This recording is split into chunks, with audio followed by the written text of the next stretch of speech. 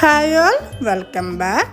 അപ്പോൾ നല്ല ടേസ്റ്റായിട്ട് ഉണ്ടാക്കാൻ പറ്റുന്ന ഒരു റെസിപ്പിയാണ് ഇന്ന് നിങ്ങളുമായിട്ട് ഞാൻ ഷെയർ ചെയ്യുന്നത്. വീട്ടിൽ പഴം ഉണ്ടാകുമ്പോൾ ഇത്തിരി പച്ചരി കൊടുത്തിട്ട് ഈസിയായിട്ട് ഉണ്ടാക്കാൻ പറ്റുന്ന നല്ല ടേസ്റ്റായിട്ടുള്ളൊരു കായ്ക്കറിൻ്റെ റെസിപ്പിയാണ്. അപ്പോൾ എല്ലാവരും ഒന്ന് ട്രൈ ചെയ്ത് നോക്കണേ. അപ്പോൾ ഇത് ഉണ്ടാക്കാനും വേണ്ടിയിട്ട് ഞാൻ ഇതുപോലെ അടികട്ടിയുള്ള ഒരു പോട്ട് എടുത്തിട്ടുണ്ട്. അതിലേക്ക് 1.5 കപ്പ് പച്ചരി കുതിർത്ത് നല്ല പേസ്റ്റാക്കി അരച്ചെടുത്തിട്ടുണ്ട് കേട്ടോ.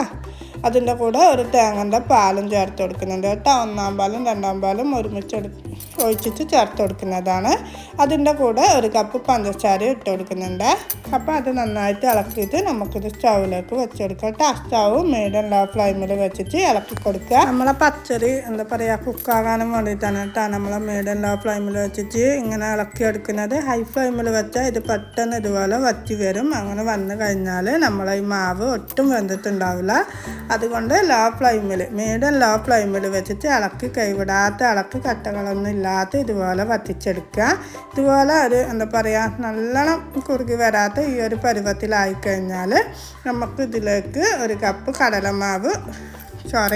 കടലമാവല്ല എന്താ പറയുക കടലപ്പരിപ്പ് ഇതുപോലെ ഒന്ന് കഴുകിയിട്ട് ഒരു ഹാഫ് കുക്കാക്കി കുറച്ച് ഉപ്പിട്ട് ഹാഫ് കുക്കാക്കി എടുത്തതാണ്. അത് ഇതിലേക്ക് ഇട്ടിട്ട് നന്നായിട്ട് ഇളക്കി കൊടുക്കുക. കുറച്ചിട്ടിട്ട് ഒന്ന് ഇളക്കി കൊടുക്കുക. അപ്പോൾ നന്നായി ഇളക്കി കൊടുത്ത് അതിൻ്റെ കൂടെ 1 ടേബിൾ സ്പൂൺ ഏലക്കപ്പൊടി ഞാൻ ഇട്ട് കൊടുത്തിട്ടുണ്ട് കേട്ടോ. നിങ്ങൾ വീഡിയോയിൽ കണ്ടിട്ടുണ്ടാവും.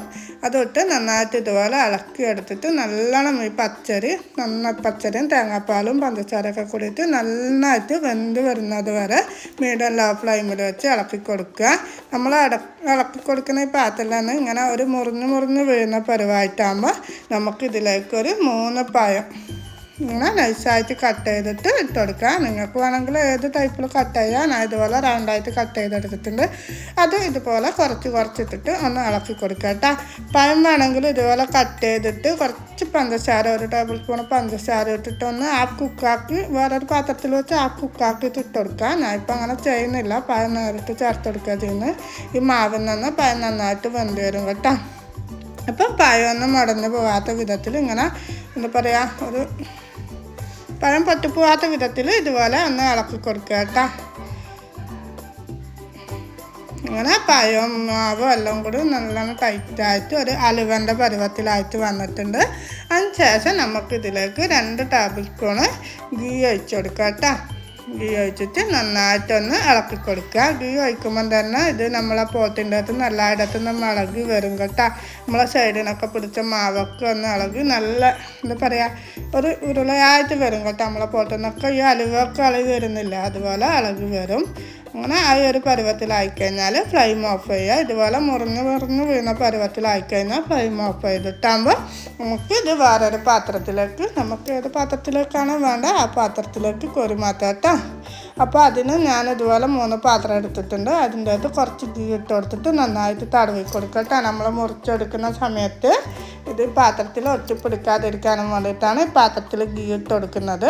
ഇങ്ങനെ ഗീ ഇട്ട് കൊടുത്തിട്ട് എല്ലായിടത്തും എത്തുന്ന വിധത്തിൽ ഒന്ന് തടവി കൊടുക്കട്ടെ. ഏതെല്ലാം പാത്രത്തിലാണോ കോരി വെക്കുന്നത് ആ പാത്രത്തിലൊക്കെ ഇതുപോലെ ഗീ ഒന്ന് തടവി കൊടുക്കുക. അങ്ങനെ ഞാൻ ഇത് 3 പാത്രത്തിലേക്കായിട്ട് കോരി മാറ്റുന്നുണ്ട് കേട്ടോ.